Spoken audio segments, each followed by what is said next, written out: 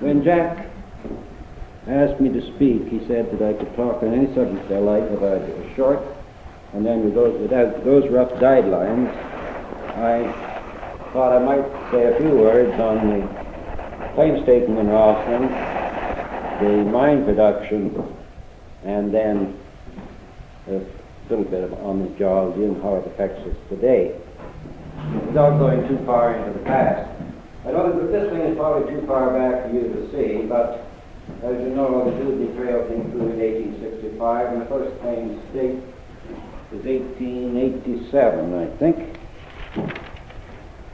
1865 the Dewey Trail. In 1887, the Lily May was staked very close to the boundary, and then by 1891 or 2, the claims shown in deep blue, which are included, if you like, the homestead with the Leroy, Censar, and others, had been staked.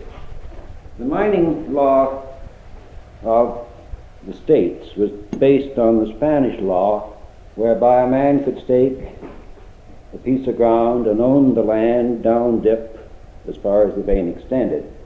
And that those sections of ground sometimes were as small as 10 feet along the vein and varied all over the place. However, he was entitled to go down the vein as long as it lasted.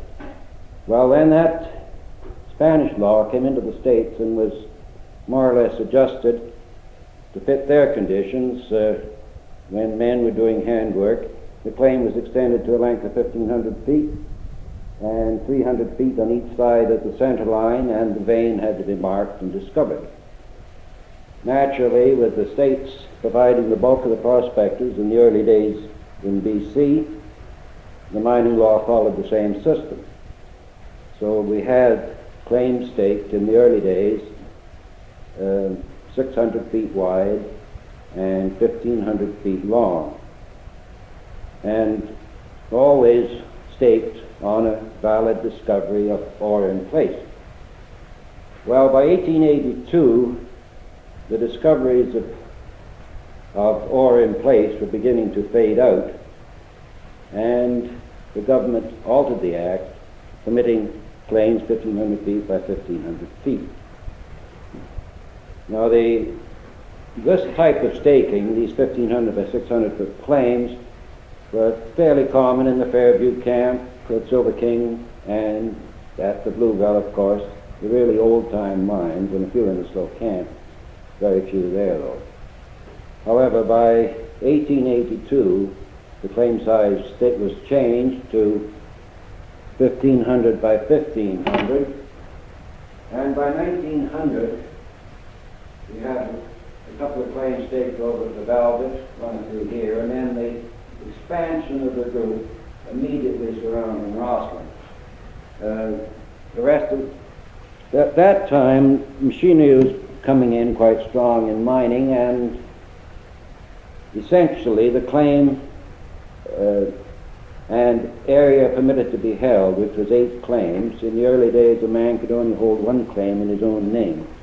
By 1882, the thing was changed to 8 claims in a man's name, but again, he had to find ore in place, which is sometimes called more or less the prudent man concept, where a prudent man would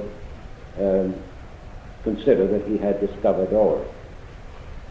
Then, after around 1900, there was a fair length of time, roughly into the 30s, when the holding of 8 claims was still permitted, and then more recently, the mechanical age of exploration came in, where they used geophysical methods and other types, and a man is now permitted to hold in group 20 claims. However, prior to the more recent act, he could crown grant them, and shown in both green and yellow here are all the old crown grants within the area. You notice they're fairly well clustered around Rossland, a few around the Velvet, and then just the odd crown grant where a man had done sufficient work to obtain title to his claim. But since this map is a couple of years old, however, it does show the effect of the more recent revival in the Rossland camp, the interest in molybdenum, and more significantly, what might be called the Castlegar uranium boom. And it was fairly solid staking, right from the U.S. boundary up to Castlegar, with only the odd hole in it on essentially the west side of the Columbia River. Well, that more or less covers our claim staking episodes. Now, turning to the Rossland mine, this thing is rather far back from you to see, unfortunately.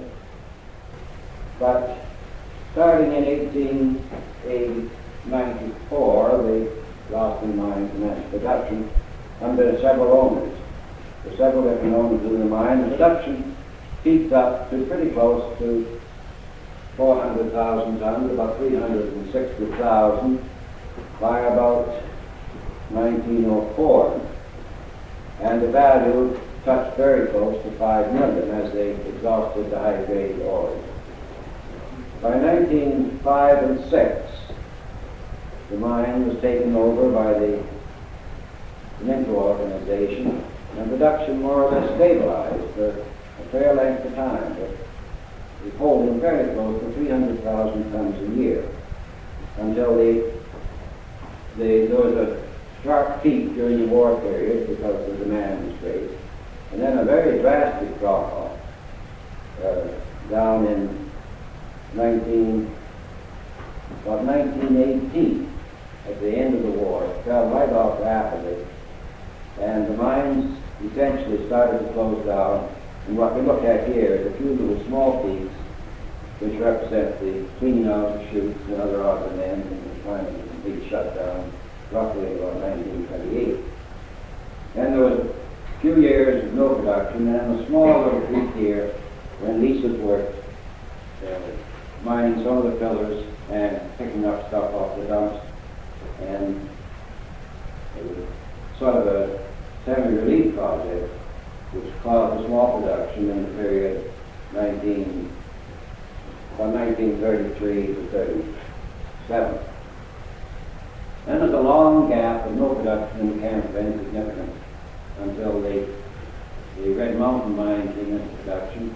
You will note here that it's putting through almost 2/3 the tonnage of the old Rossland mine. And actually, if you look at the Rossland mine as a modern day project, it would stand about a 700-ton mill and would operate quite comfortably at that. It was not a big mine in that sense in production. Like today they talk 30, 50,000, 25,000 ton mills.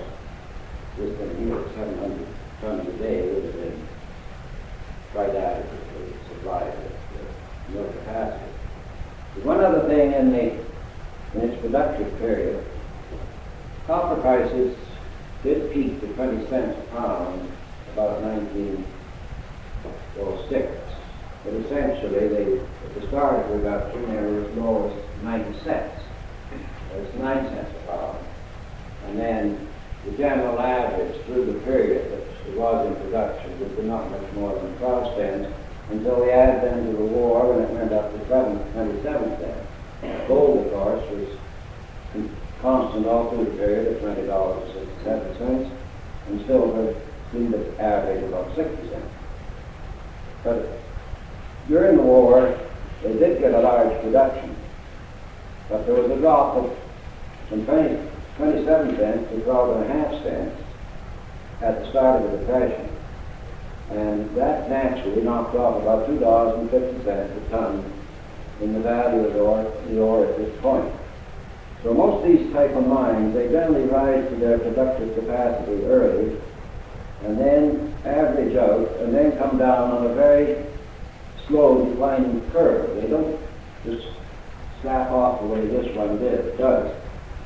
And it is that feature which makes renewed exploration slightly encouraging, because when you lose $2.50 a ton overnight, a lot of stuff that was ore one day is waste the next, and might still be ore today. That, you might say, is one of the features in the Rossland camp which does affect the present day thinking of trying to reopen it. The Red Mountain mine, its annual production has varied between 100. Its mine production is approaching 200,000 tons, but its dollar value is in the order of $1 million to $1.5 million, while with the Rossland Mines, the annual production approached 350,000 tons, and the value was very close to $3.5 million a year.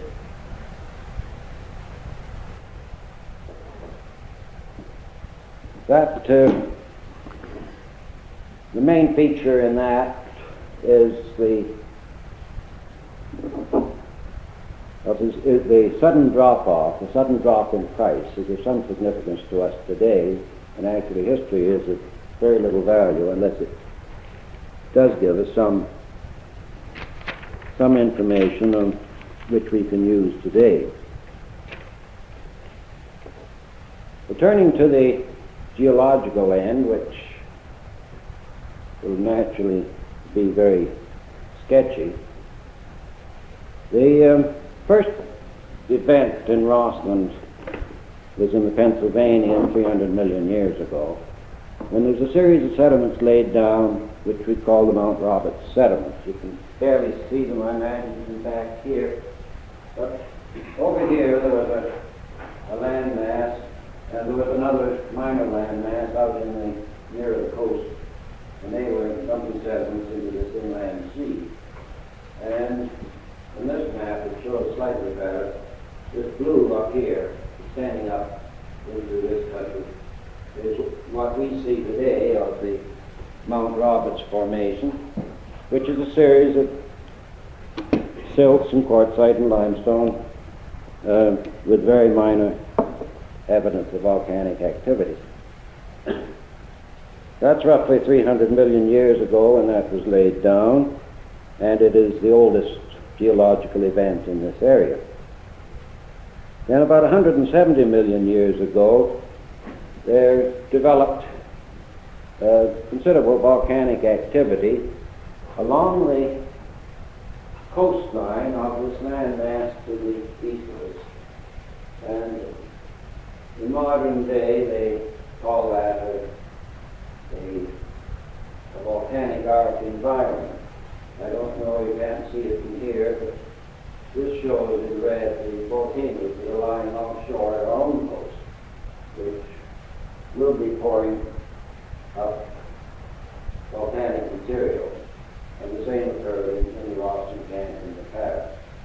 I don't know if you read it in the paper, but we're moving towards Asia. The rate of 4 inches a year. And naturally, if you're floating like a ton of ice on a sea of basic rock, you become cracks develop, and you have to deep sea the source of heat, and you get volcanic action.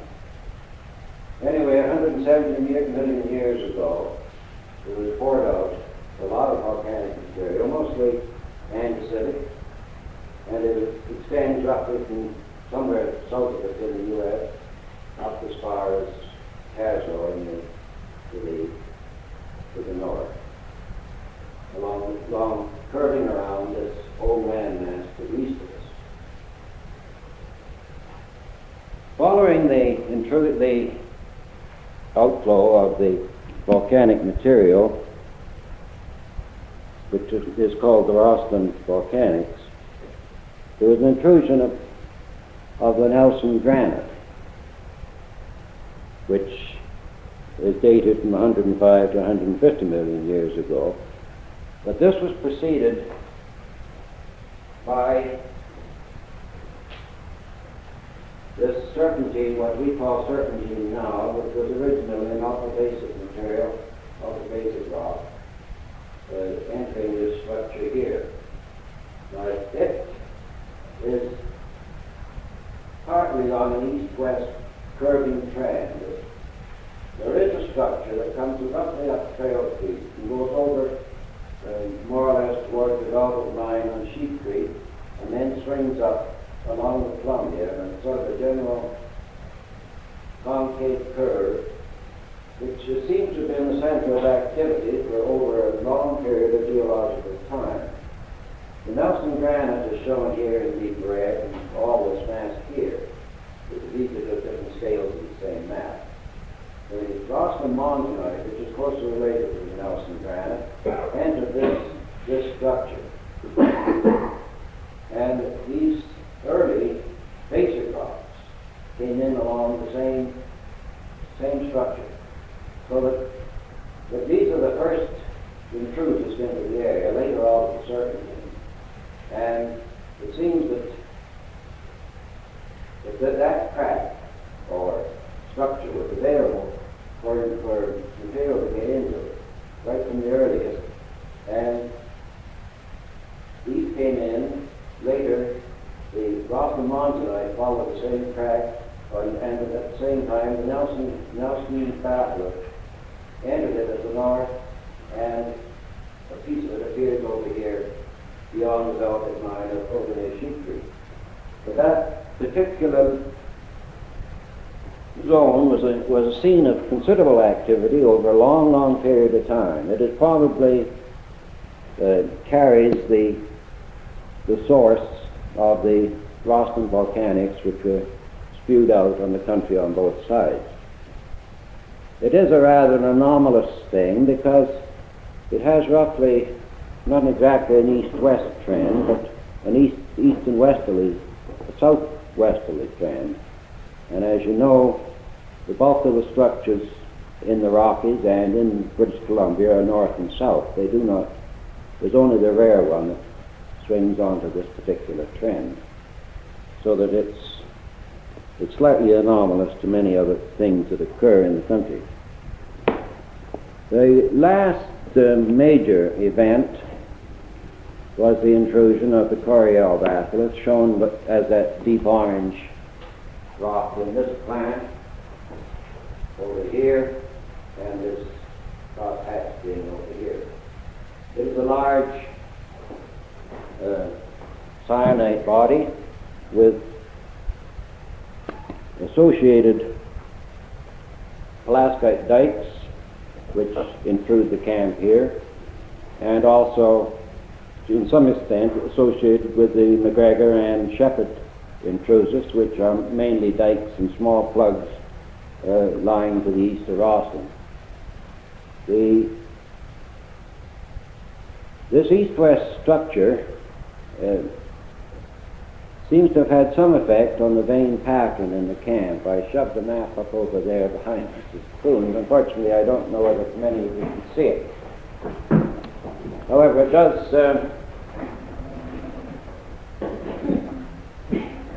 shows the south belt showing, as known, the Gilbert, like the Trovey and the Mayflower and so on, essentially on east-west trend. The whole state the same, and the Phoenix, and you can pretty much protect the Phoenix through to pick up the commander and general trend. And then again in the main camp. These breaks are essentially east-west, and they seem to have some association with this structure that comes up the valley of Trail Creek and adopts a roughly similar trend to that.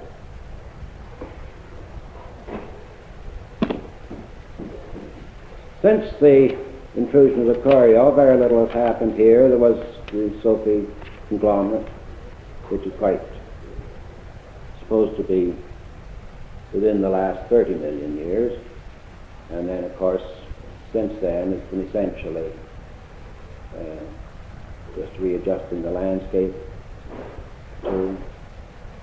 by meltwater and so on, to give the present features we see today.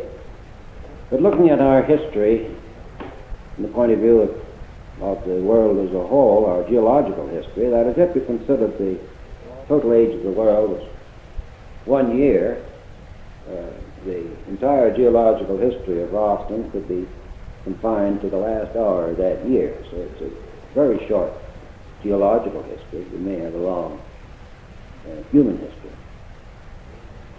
Well, returning to what is probably of more interest now, there's why anybody would take a second look at Rossland. As I was pointing out with this production history, there is one feature there that does give some encouragement. The other thing is our friends and neighbors. Again, these plans are rather hard to see, but this little one here shows the different tectonic units on the quadrillar side of the North American continent. What it does show, and of course, as Tuesday Wilson says, when it's shifting 44 inches a year, getting grade, and of course, we get there someday. But if you're floating around on the sea of the salt, like a chunk of ice, you're bound to get cracks. And these have developed as quite strong features running hundreds of miles out into the Pacific Ocean and in the land. And some of them are sites of volcanoes, and each unit has different strikes of the main strike of faults and folds. Now we're situated just north of what is called the Lewiston Park zone, which separates the Snake-River basalts, the Columbia Plateau down south of us, from the rest of the country to the north, as British Columbia and Alaska. And this zone is, in some extent, theoretical, and yet supported by the geology, and naturally is a zone of some activity, both deep in the crust and also in the way of faulting and general movement of the land mass. And relatively near this zone, what is of particular interest, has developed some of the largest and best ore bodies in the quadrillar. Like at the far end here, starting in Montana, is Butte, which is the greatest mining camp in the world. Right relatively close to this zone is the Coeur d'Alene, which today has produced $8 billion worth of ore. And then, gathered around in the country near it, as I profited, is Rossland, Phoenix, Copper Mountain, Bethlehem, Britannia, and this new ore body of Peter Coppers on the far party. All run along fairly close to the U.S. boundary, and all also fairly close to this major zone of shifting that occurs to the south. You get another cluster of properties spread up along the coast range here, relatively close to what is called the Denali Fault. That is, the major movements of the Earth's basement are reflected to some extent in activity in the Earth's crust. So you get movements and changes in pressure over long periods of time in the Earth's crust. Well, you can get mineralization trying to get in, have nowhere to go, it won't get there. But if you simultaneously you get movement, you will get the mineralization entering the fractured rocks. Then it's a matter of time and place. So we do have some very wealthy neighbors, although we're rather poor, a poor relative for most of them, particularly tonnage-wise, because like Phoenix have two mills with a capacity of 4,000 tons. Copper Mountain and Princeton will be talking of about a 30,000 ton mill. And of course Bethlehem, with Valley Copper, Piedmont, and all the others, will be into the close to the 150, 200,000 ton milling capacity a day. And of course Utah Copper is talking of 30,000 tons a day. As I pointed out, Rossland would be fairly successful as a 700 ton mill. So it's fairly small compared with the others, but it's maybe not entirely knocked out of the competition.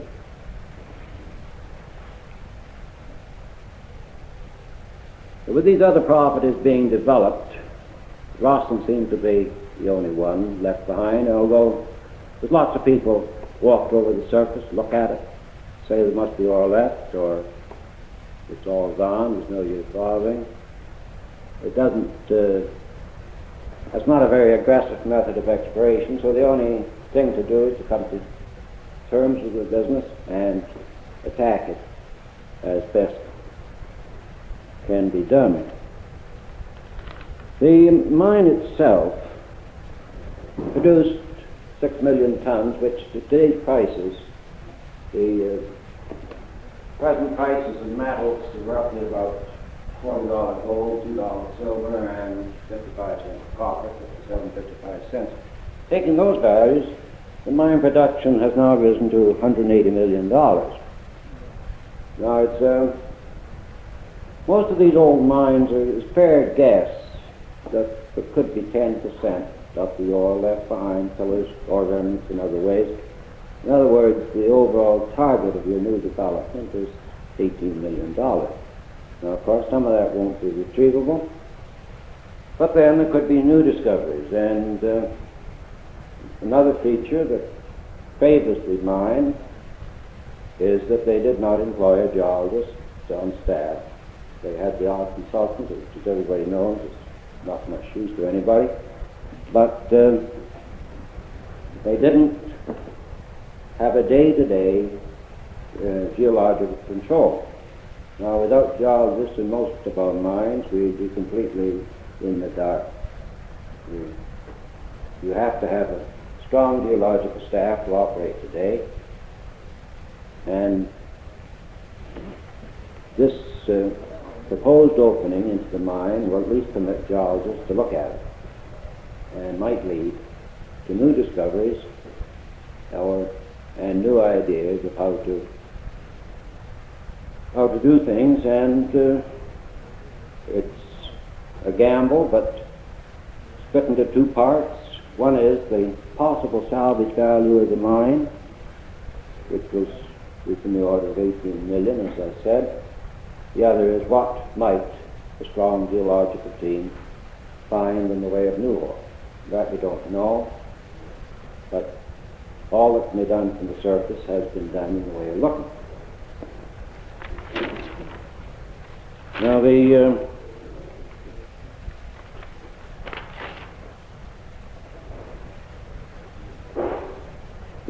this section here shows the portal of the new attic, and as you can see, it's approaching the Spitzer mine. We're pretty close to 1,700 feet now. Came through what is known as the nickel plate dike, which most of you are familiar with. Its extension to the south, but it's shown on that plan over there.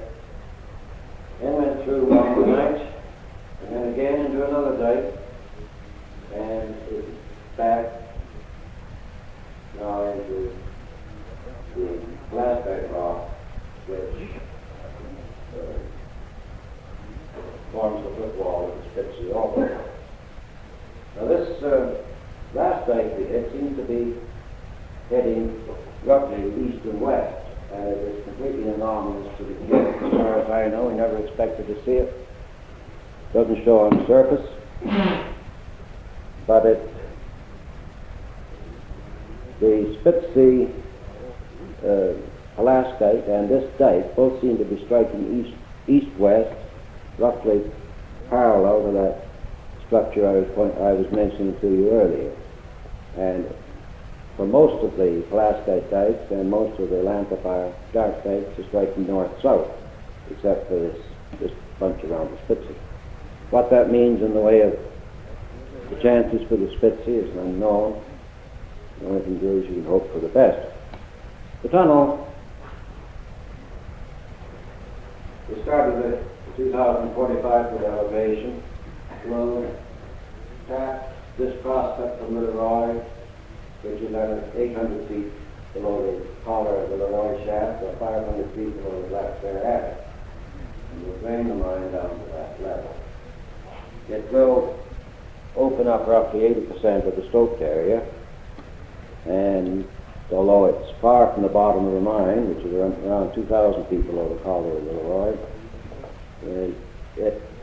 nearly all the water flows into the mine above the 600 level. So it would bypass the surface water, and if the lower part of the mine had to be drained, it wouldn't be too difficult of a problem. Well, I don't want to take any more of your time than that. If any of you are interested in the maps on the wall, then I'll leave them there. But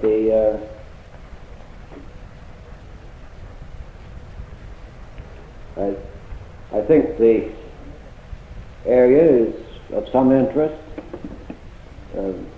from both the geological and the production end.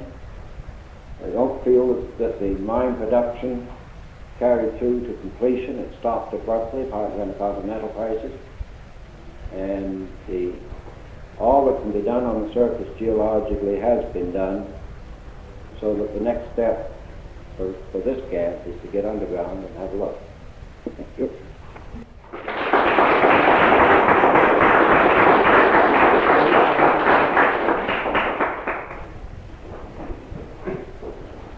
Mr. Telfer, it's been a delight to listen to your talk. Many things, being an old Rosslander, come to mind. It's too bad we didn't have geologists at that time. Perhaps our minds wouldn't have shut down so quickly. And we're just hoping that we will find something here. And thank you very much for talking.